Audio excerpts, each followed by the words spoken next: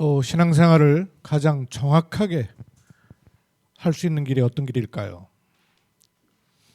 사실은 신앙생활뿐만 아니고 현실 생활에서도 마찬가지입니다.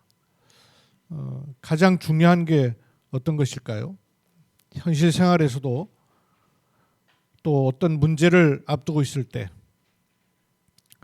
또 예상치 못한 문제를 만났을 때도 내 가장 기준으로 세워야 될 것이 있어야죠.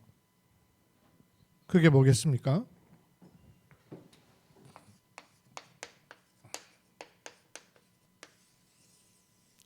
말씀을 앞세우는 것이죠.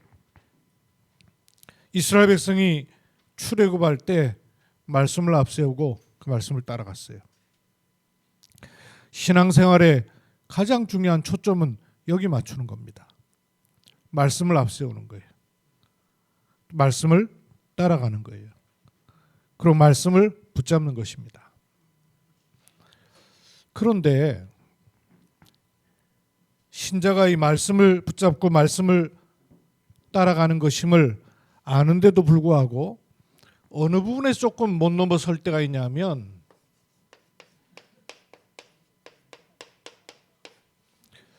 말씀을 붙잡아도 내 입장에서 붙잡는 것인지 하나님 입장에서 붙잡는 것인지 이게 다르단 말이에요. 말씀을 하나님 입장에서 받는다는 말이 무슨 말일까요? 대부분 우리는 말씀을 내 입장에서 받을 수밖에 없잖아요. 내 입장이 있으니까, 내 상황이 있고, 또 사람이 나로부터 시작하지 뭐 어떻게 다른 사람 입장 생각할 수가 있어요. 대부분 나로부터 시작해서 내 입장에서 말씀을 받을 수밖에 없게 돼 있죠. 근데 내 입장에서 말씀을 받으면 어떻게 될까요? 안 맞는 게 너무 많죠. 하나님 말씀하고 내 입장하고 안 맞는 게 너무 많을 거 아니에요.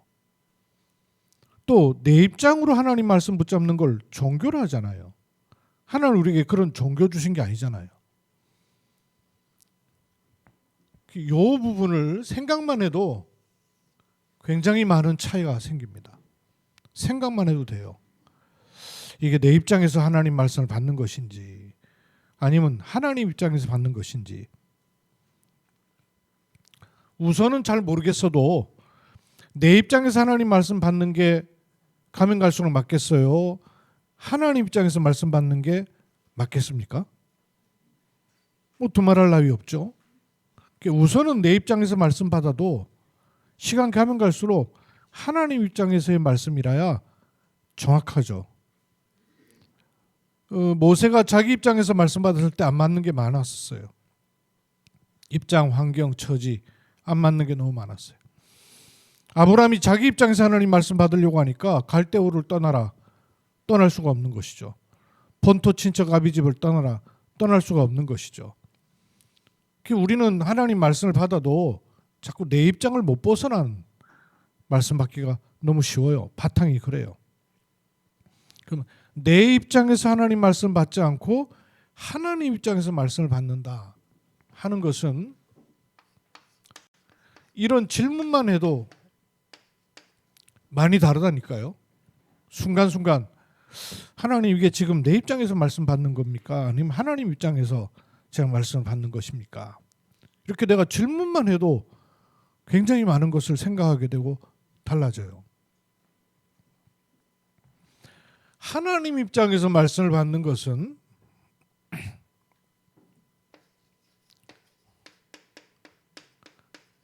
하나님이 약속하신 언약 중심으로 받는다는 말입니다. 성경은 하나님의 약속입니다. 하나님이 나를 향한 약속이에요. 약속 중심으로 모든 것을 볼 수 있어야 돼요.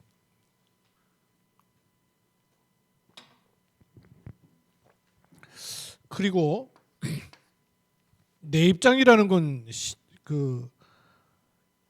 시간마다 달라지고 상황마다 달라지고 사건마다 달라질 수 있어요. 근데 하나님 말씀은 전체를 놓고, 하나님 입장에서 받는다는 말씀은 전체를 놓고 말씀을 받는 거예요. 성경에는 이렇게 말씀하실 때도 있고 저렇게 말씀하실 때도 있어요. 근데 그렇게 말씀하신 전체 하나님의 의도가 있을 거 아니에요. 그죠? 하나님의 뜻하심이 있단 말씀이에요. 그 속에서를 찾아야 돼요. 그래서 여러분이 강단을 붙잡고 우리 세계복음화 전체 메시지 붙잡고 이렇게 붙잡는 이유가 내 입장에서 자꾸 말씀을 취사 선택하지 않고 하나님이 원하시는 말씀을 내가 받기를 필요로 한 부분이에요. 그리고 말씀의 흐름을 탄다는 것 역시 내 입장에서 하나님 말씀을 받지 않으려고 하는 중심인 거예요. 말씀의 흐름이 있습니다. 말씀의 흐름이 있어요. 왜냐? 성취되기 때문에. 그 다음에 그 말씀은 나의 과거, 오늘, 미래와 관계 있기 때문에 흐름이 반드시 있어요. 그래서 말씀의 흐름을 따르는 것이 굉장히 중요해요. 난데없이 내가 성경 읽다가 이번 주에 이 성경이 은혜된다. 이것도 필요해요. 그러나 교회를 세우신 이유가 뭐예요? 내 개인이 교회이기도 함과 동시에 모이는 교회를 허락하신 이유가 뭐예요? 전체를 향한 말씀과 그 말씀이 인도하신다 그 말씀이에요. 그 속에서 우리가 말씀을 붙잡고 있어야 되는 거예요. 안 그러면 말씀의 어느 부분 붙잡고 그것 가지고 신앙생활 할 수 있어요. 놓칠 수 있습니다. 또 하나님 입장에서 말씀을 받는다는 것은 나는 5분 후의 일을 알 수가 없습니다. 또 나를 벗어나서는 잘 몰라요. 그래서 하나님은 알파요 오메가요 시작이요 끝이에요. 끝을 내놓고 말씀을 붙잡는 것이 하나님 입장에서 받는 거예요. 저와 여러분에게 이런저런 문제가 있어요. 그죠? 어려움도 있고요. 또 정말 힘든 일도 있을 수 있고요. 그런데 하나님 입장에서는 그게 여전히 문제일까요? 아니죠. 끝내셨죠. 이미 그리스도로 말미암아 십자가에 끝내셨을 뿐만 아니라 미래를 놓고도 그것은 이미 끝난 일이죠. 그럼 우리는 말씀을 자꾸 받을 때 안 끝난 입장에서 말씀을 자꾸 받는단 말이에요. 그럼 사람 입장에서 받는 거예요. 고민 가운데서 말씀을 붙잡으면은 고민 붙잡게 돼요. 말씀 붙잡긴 붙잡았는데 말씀을 듣긴 들었어요. 근데 생각은 고민이 더 많이 가 있어요. 응답은 어떻게 올까요? 더 많이 가 있는 생각 쪽으로 응답은 오는 거예요. 흐름이 그렇게 만들어질 수밖에 없어요. 그런데 그리스도께서는 이미 끝내셨어요. 그럼 그리스도께서는 끝내놓으신 그걸 가지고 언약 속으로 들어가야 되는 거죠. 때로는 이런 거 있어요. 나하고 하나님 말씀하고 거리가 굉장히 멀 때가 있죠. 또 하나님 말씀은 그런 것 같긴 한데 나는 아직 수용이 잘 안 되고 어렵고 상처도 있고 이럴 수 있어요. 이 격이 있단 말이에요. 간격이 있단 말씀이에요. 그럴 땐 어떻게 됩니까? 이거 놓고 하나님 이거를 어떻게 할까요? 하면 잘 안 맞아요. 어떻게 됩니까? 하나님 말씀은 이렇습니다. 근데 나는 지금 이렇습니다. 그럼 뭐가 해야 돼요? 어디에서 시작이 돼야 돼요? 하나님 나에게 힘을 주십시오. 하나님 나에게 이 말씀을 언약 가운데 더 크게 보게 해주십시오. 말씀을 인정해야 돼요. 그리고 안 돼 있는 나도 수긍해야 돼요. 그러니까 이 간격을 뭘로 채워야 돼요? 그래서 그리스도를 보내시겠다 그런 거 아니에요. 그래서 내가 너와 함께 하겠다 그런 거 아니에요. 근데 내가 너무 문제가 많고 힘들고 어렵다 보니까 이걸 해결하려고 자꾸 말씀 붙잡는 거예요. 그런 사이 뭘 놓쳐요? 끝내놓으시고 해결하신 그리스도의 언약은 자꾸 온데간데 없고 여기에 잡혀버리는 거예요. 그게 늪이 되는 거예요. 자꾸 문제에 빠지게 되고 갈등에 빠지게 되고 어려움에 빠지게 되고 현실에 빠지게 되고 헤어나오질 못해요. 그래서 어떻게 돼요? 언약의 말씀을 앞세우셔요. 그리고 거기에 못 미치는 나 인정해야 됩니다. 그러나 그 그리스도의 언약이 내게 들어와 지금 나에게 하나님이 주시는 권능으로, 하나님이 주시는 힘으로, 하나님이 주시는 언약 성취로 내게 임하기를 요청하는 겁니다. 말씀을 하나님 입장에서 올 한 해에 하나님 우리에게 어떤 언약궤를 주셨냐면 응답 24 속에 있습니다. 그래서 무엇이든 응답으로 바꿀 수 있고 바꿔야 됩니다. 왜냐? 우리에게 하나님은 새로운 생명을 허락하셨기 때문에.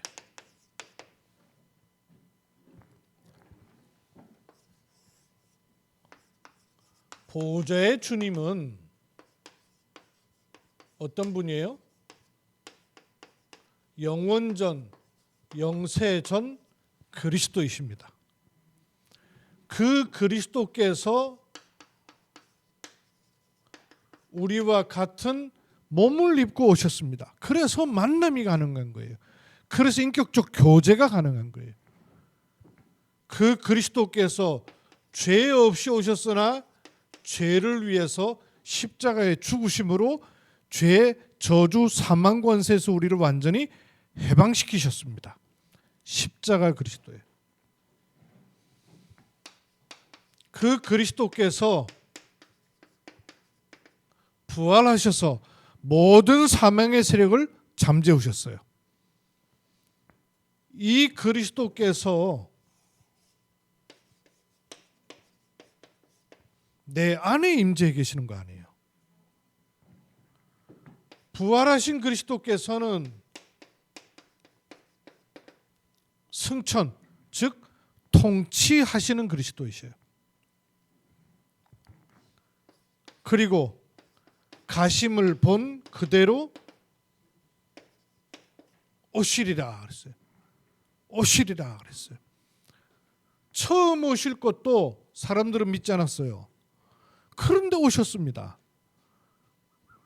다시 오실 그리스도. 이 말은 하늘나라로 갔다가 오신다는 말씀이 아니라 보좌에 계신 분이 지금도 내 안에 계시면서 재림주로 서시는 시간표죠. 그리고 하나 더. 그 그리스도는 영원하신 그리스도입니다. 지상에다가 낙원을 이룬다 그러는데요. 아닙니다. 지상은 영원하지 않습니다. 영원 그리스도예요. 이 그리스도가 만유의 주인이심과 동시에 내게는 어떻게 오셨어요? 새로운 생명으로 와 계시는 겁니다. 이걸 가리켜서 구원 그러는 거예요. 이걸 가리켜서 신분 그러는 거예요. 이 축복이 내게 시작되는 게 뭐냐면요, 주 예수 그리스도를 영접한 순간부터 이루어지는 거예요. 예수 그리스도를 영접한다. 이 말은 내 안에 생명이 들어오는 겁니다. 이 생명은 사람들의 생명이 아니죠. 육신의 생명이 아니죠. 하나님의 생명입니다. 그리고 하나님의 성령이 내 안에 거하시게 됩니다. 이게 영접이에요. 그리고 성령이 거하시기만 할 뿐만 아니라 이 성령께서 나를 인도하시는 겁니다. 요게 영접이에요. 내가 복음을 받고 예수 그리스도를 구주로 영접하고 나서도 영접이 얼마나 어마어마한 축복인 줄요, 실제로 잘 모르고 사는 신자가 많아요.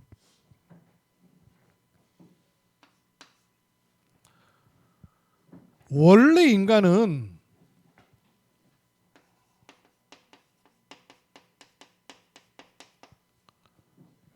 얼굴 생김, 물질 세계 속에만 있는 것이 아니고 하나님의 생명이 함께하는 존재였습니다. 그렇죠. 원래 인간은 하나님의 생명이 함께하는 존재였어요. 그런데 이 생명을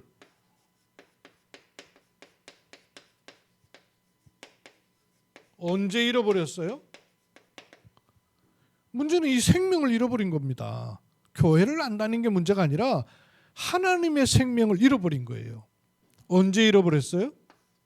창세기 3장 1절로 10절. 하나님을 떠나면서부터 하나님의 생명을 잃어버리게 된 거예요. 모든 인간은 출생 때로부터 여기서 태어나게 된 거예요. 잘못을 해서 죄인이 된 게 아니라 출생으로부터 하나님을 떠난 하나님의 생명을 잃어버린 상태로 출생할 수밖에 없게 돼버린 거예요.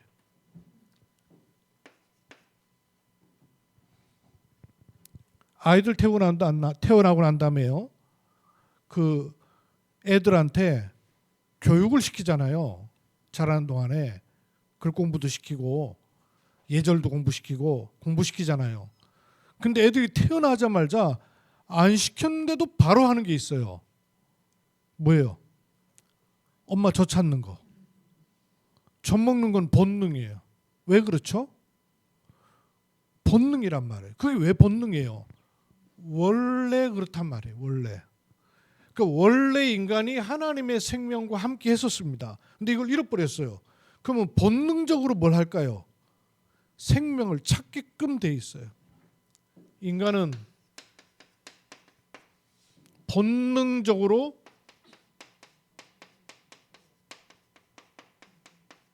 생명을 찾게끔 돼 있습니다. 잃어버렸으니까. 원래 있었던 하나님의 생명인데 이걸 잃어버렸으니까 본능적으로 인간은 생명을 찾게 돼 있어요. 그래서 종교라는 게 나오는 겁니다. 종교라는 게 뭐예요? 본능적으로 찾는 거예요. 잃어버린 하나님의 생명을 찾는. 그런데 이게 문제가 뭐냐 하면 인간이 하나님의 생명을 잃어버릴 때 스스로 잃어버린 게 아니라 이 생명을 속여 빼앗은 존재가 있는 거예요. 누굽니까? 요 사단, 배후에. 요 사단이 계속 어디에 역사하느냐? 사람이 본능적으로 찾는 종교에 역사하기 시작하는 겁니다. 그래서 제사를 드리지 말라 그러는 것이고, 그래서 사람을 위해서 형상을 만들지 말라 하는 이유가 요게 찾아오기 때문에 그런 것이죠. 본능적으로 사람은요, 착하게 살면 하나님의 생명을 찾을까 하게 된 거예요. 각종 철학, 과학, 세상 지식 이러면 본능적으로 하나님의 생명을 찾을 수 있을까 애쓰게 되는 거예요. 그런데 찾을 수가 없는 것이죠. 왜냐? 요걸 이길 수 있는 힘을 사람에게 하나님은 따로 주질 않으셨어요. 하나님의 생명이 그래서 내게 들어오는 길이 뭐냐? 영접이에요. 영접이 여러분 굉장히 중요합니다. 그 현장에서 복음 전하고 반드시 영접의 시간이 있어야 돼요. 물론 내가 영접 기도를 따라 한다고 해서 영접이 되고 그렇게 안 한다고 해서 영접이 안 되는 것은 물론 아니에요. 기도 행위라는 요식 행위가 영접은 아니에요. 그러나 예수 그리스도를 주인으로 모시는 주인 바꾸는 일은 반드시 있어야 되죠. 왜냐? 영접으로 인하여서 하나님의 생명이 임하는 겁니다. 하나님의 생명이 임하는 것이 성령 내주예요. 하나님의 생명이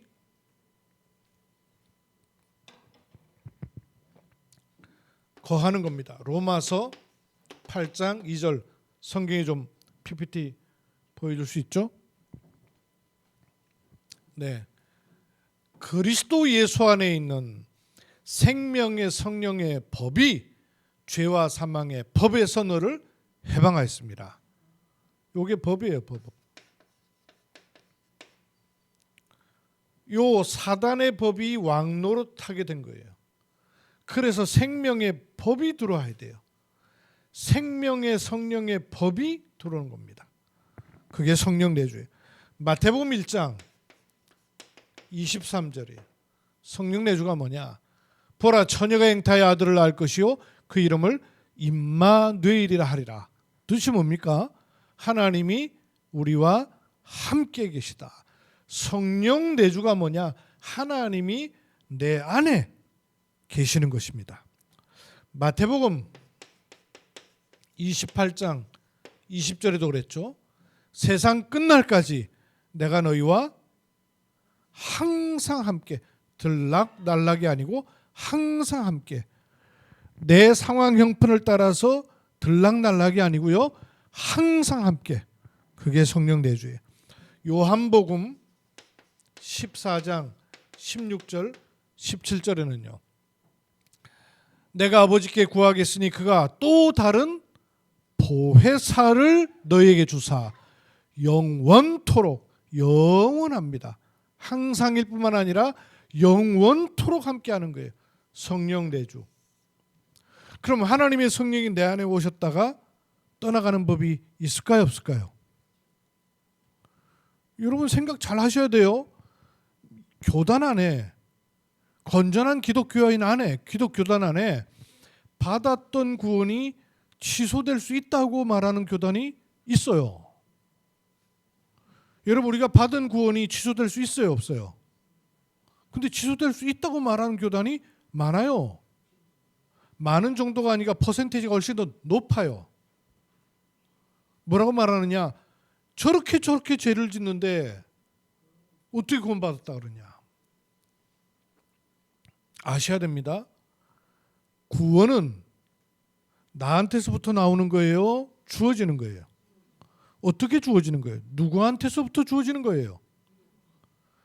하나님으로부터 주어지는 게 구원이에요. 그럼 인간의 행위에 따라서 구원이 있다가 없어질 수 있어요, 없어요? 받은 구원은 취소될 수 없습니다.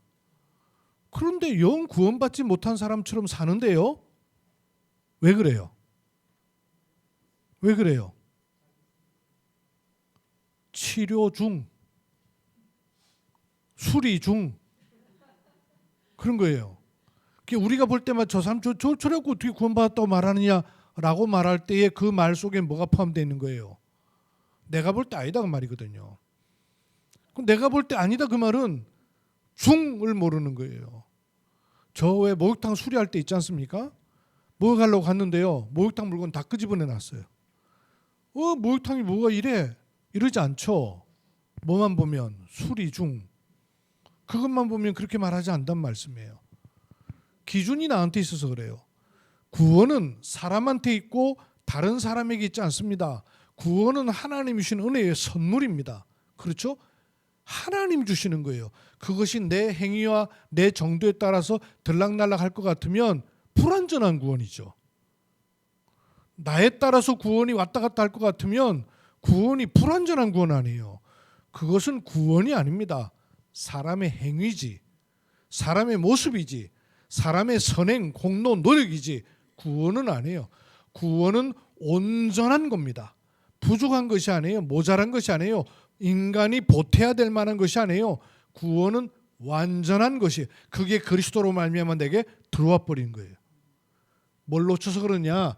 성령 내주, 이거를 제대로 깨닫질 못해서 치유가 안 돼서 그런 것이지 부족한 것이 아니에요. 뿐만 아니고 하나님의 성령이 내주하시면 왜 수리 중이냐면 성령의 인도를 늘 받아야 돼요. 여러분, 성령 내주하고 성령 인도 같아요, 달라요? 같으면서도 다르죠. 다르면서도 같죠. 성령의 내주라는 부분에서는 같아요. 사실은 내주가 먼저죠. 그러면 내주하고 인도, 이 부분에서는 내 고집이 들어가는 거예요. 여기는 내 고집이 들어갈 수 있어요, 없어요? 여기는 내 고집, 내 주장, 내 입장, 내 형편 절대 못 들어가요. 근데 여기는 들어가요. 인도받는 것에서는 들락날락 한단 말이에요. 그래서 구원이 들락날락 하는 것처럼 보일 따름이에요. 그러나 구원 자체는 바뀌지 않는 거예요. 빼앗기는 것이죠. 여기서 한 성경을 좀 찾아보십시다. 요한복음 14장 26절. 보혜사 곧 아버지께서 내 이름으로 보내실 성령 그가 모든 것을 가르치고 내가 너에게 말한 모든 것을 생각나게 하시리라. 이거는 성령이 하신 일이에요. 가르쳐 주시고 생각나게 해요. 인도하신단 말이에요. 근데 나는 귀 닫고 입 닫으면 인도 못 받는 것이죠. 또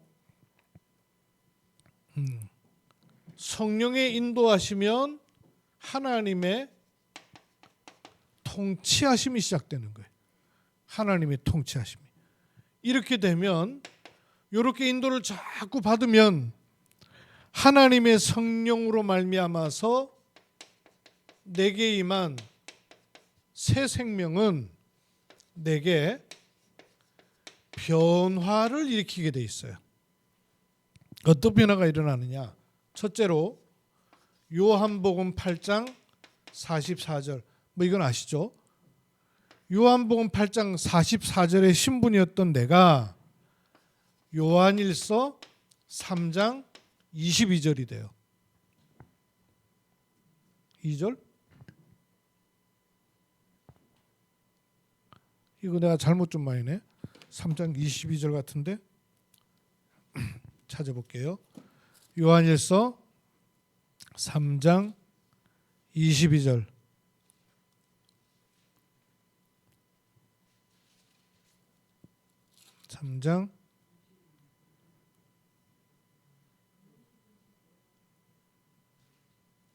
예, 22절.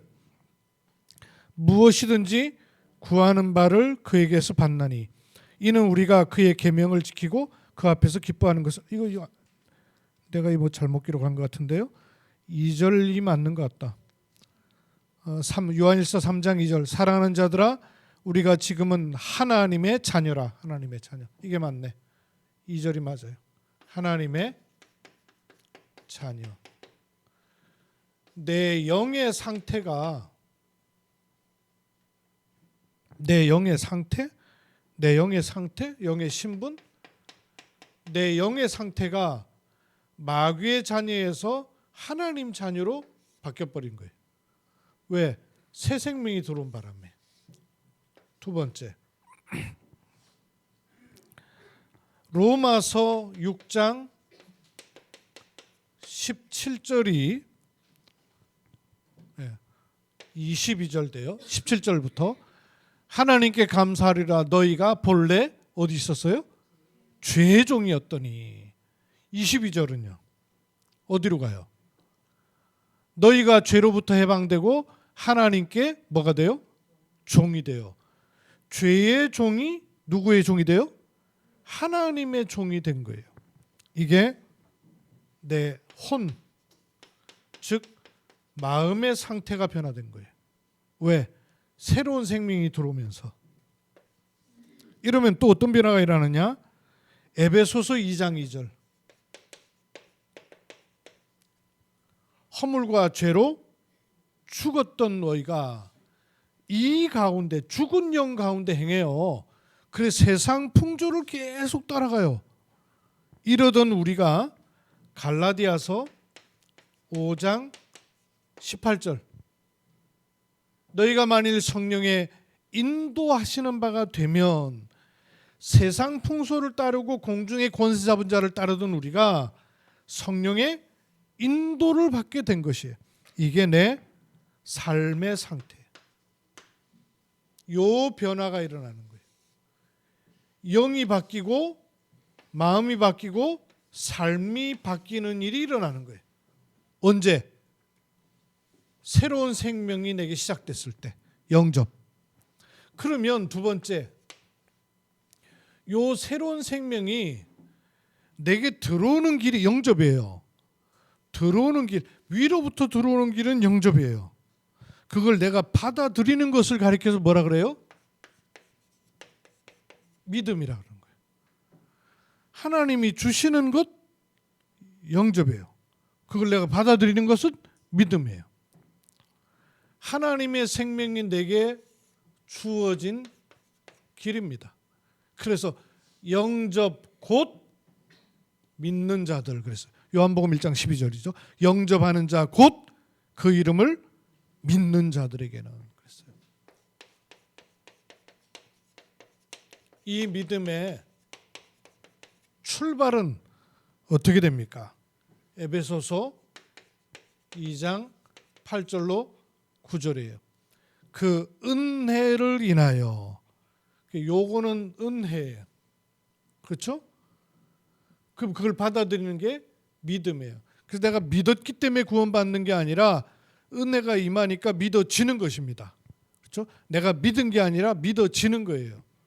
믿음의 출발. 요한복음 1장 13절에는요. 혈통으로나 육정으로나 사람의 뜻으로 아니다 그 말이에요. 출발이 나한테 있지 않다 그 말이에요. 출발이 어디 있어요? 은혜를 인하여. 믿음의 출발이에요. 그러면 뭘 어떻게 믿는 것입니까? 믿음의 내용이에요. 요한복음 3장 6절입니다. 육으로 난 것은 육이요 영으로 난 것은 영이니라. 즉 영으로 난 것을 받아들인 거예요. 이렇게 될 때 이 믿음은 어디에 근거를 두고 있으면 되겠습니까? 베드로전서 1장 23절이죠. 네, 23절. 너희가 거듭난 것이 근거가 뭐예요? 썩어질 것으로 된 것이 아니라 가문책에 써 있는 것도 썩어지는 거예요. 없어지는 거예요. 세상에서 난 것들은 이렇게 된 것은 다 썩어지는 거, 없어지는 거예요. 너희가 난 것이 썩어질 것으로 된 것이 아니라 썩지 아니한 것으로 된 것이니 살아있고 항상 있는 하나님의 말씀으로 된 것이니라. 하나님의 영이 내 안에 들어오는데 그 근거가 뭐냐? 말씀이 그렇더라 그 말이에요. 죄인이 감옥에 가는 근거가 뭐예요? 법조항. 죄를 지어서 감옥 가는 거예요? 아니요. 법에 정죄되니까 하는 거예요. 그것처럼 말씀이 근거입니다. 법이에요. 법. 이렇게 새 생명 가진 사람은 세 번째 어떤 일이 생기냐면요. 성장해야 돼요. 성장해야 되죠. 태어났으면 이거는 태어난 겁니다. 태어난 거예요. 태어났으면 뭐 해야 돼요? 성장해야 돼요. 새로운 생명이기 때문에 성장해야 돼요. 첫 번째 조건은 뭐냐? 설명이 안 돼요. 그래서 거듭나야 된다 그랬어요. 태어나는 것. 혹시 스스로 태어난 분 계시면 손 들어보세요. 스스로 태어나신 분. 나는 이 시로 태어나야 되겠다. 나는 여자로 태어나야 되겠다. 선택 가능해요? 왜 거듭났다고 말하느냐 하면 스스로 안 된다고 말해요. 그래서 거듭난 자라 그러는 거예요. 창세기 1장 27절 하나님의 형상. 에베소서 2장 1절 죽은 영혼이 일어나는 거예요. 요한복음 3장 3절 오늘 본 말씀이죠. 그래서 예수 그리스도께서 사람이 거듭나야 할 것이다. 그러니까 이 니고데모가 알아듣지 못하고 아니 내가 뱃속에 들어갔다가 엄마 뱃속에 다시 들어갔다가 또 태어날 수 있습니까? 이런 말 하고 있는 거예요. 거듭난다는 말을 못 알아들은 것이죠. 그래서 이 거듭나는 것은 요거 두 개예요. 은혜와 믿음. 그러면 이렇게 거듭난 사람은 태어난 아이는 자라야 되죠. 자라려면 어린아이가 자라려면 뭘 먹고 자라야 돼요? 젖을 먹고 자라야 돼요.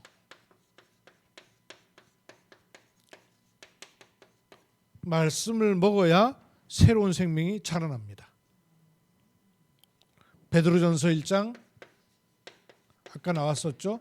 1장 23절에서 특히 25절에 보면 우리가 거듭난 게 썩어질 씨로 된 게 아니라 항상 있고 살아있는 말씀으로 된 것이에요.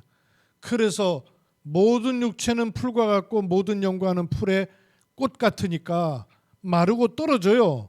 그러나 오직 주의 말씀은 세세토록 있도다. 말씀으로 성장하는 거예요. 또 베드로전서 2장 1절에서 5절입니다. 악독, 기만, 외식, 시기, 비방하는 말을 버리라. 왜냐? 성장을 막아요. 영적으로 다 막히는 일들이 뭐냐? 족에 막히는 일이에요. 갓난아이들 같이 순전하고 신령한 젖을 사모하라. 뭘 사모하라는 거예요? 말씀을 사모하라는 거예요. 말씀을 사모하라는 거예요. 왜? 하나님의 입장에서 이 말씀 받으라는 것이죠. 신령한 젖을 사모하라. 이는 그로 말미암아 너희로 구원에 이르도록 자라게 하느니라. 여기 말하는 구원에 이르도록, 그 말은 아직 구원을 못 받아서 구원에 이르도록 자라는 거예요? 아니죠.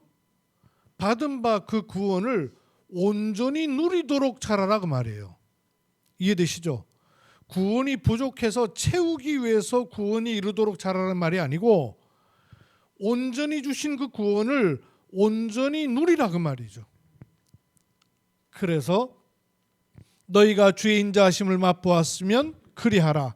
사람에게는 버림받았으나 하나님께는 택하심을 입은 보배로우신 산돌이신 예수께 나아가 너희도 산돌같이 신령한 집으로 세워지고 예수 그리스도로 말미암아 하나님이 기쁘게 받으실 신령한 제사를 드릴 거룩한 제사장이 될지니라.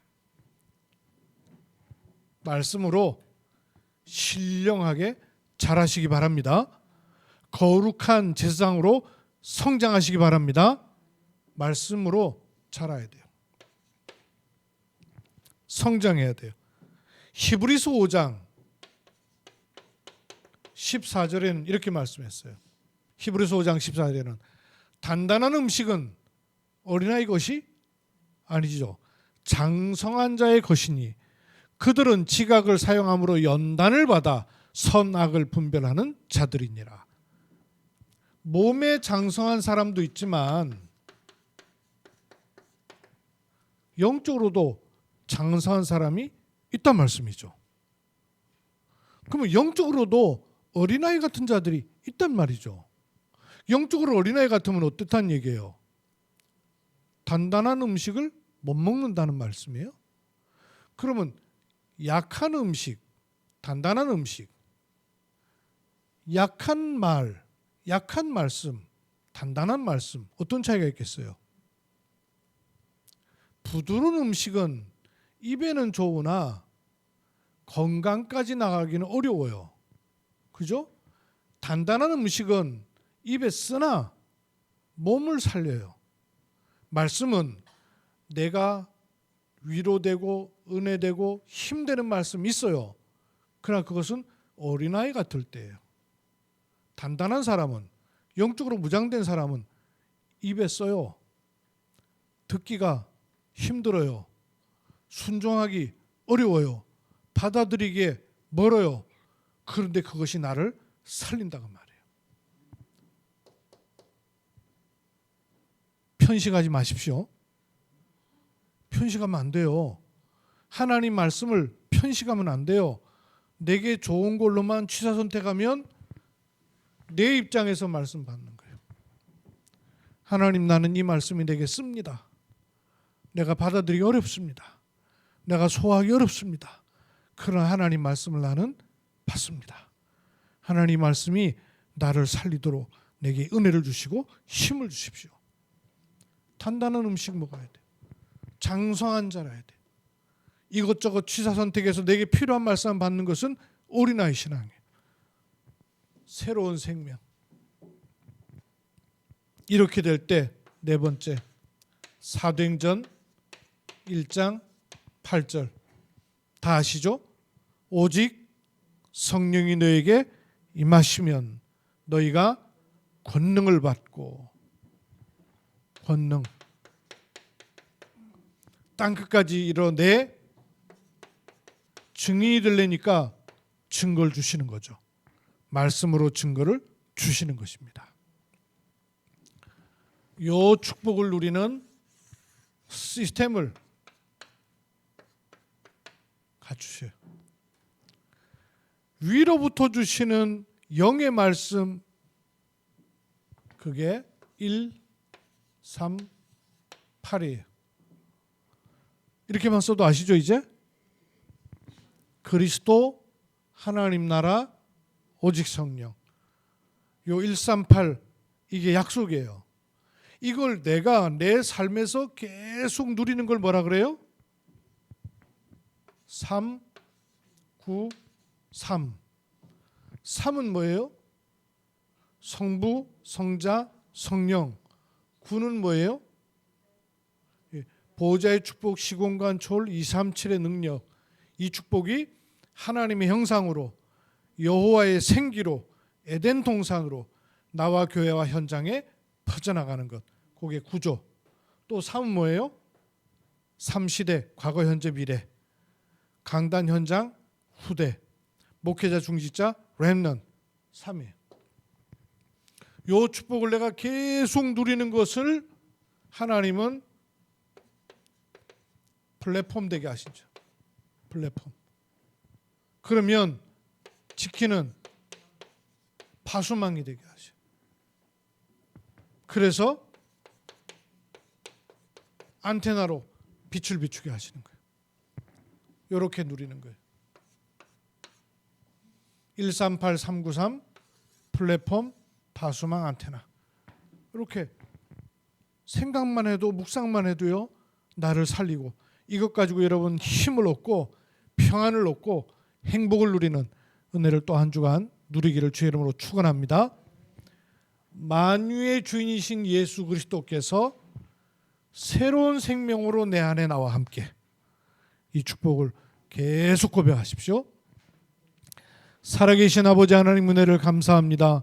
이번 한 주간 동안도 언약의 말씀 속에 들어가게 하시되 만유의 주인이신 주 예수 그리스도께서 보호자에 계심과 동시에 내 안에 임재하셔서 새로운 생명으로 계심을 믿습니다. 이 속으로 들어가 이 축복과 이 은혜와 이 힘을 공급받는 은혜 입는 한 주간 되게 하옵소서. 주 예수 그리스도의 이름으로 기도하옵나이다. 아멘.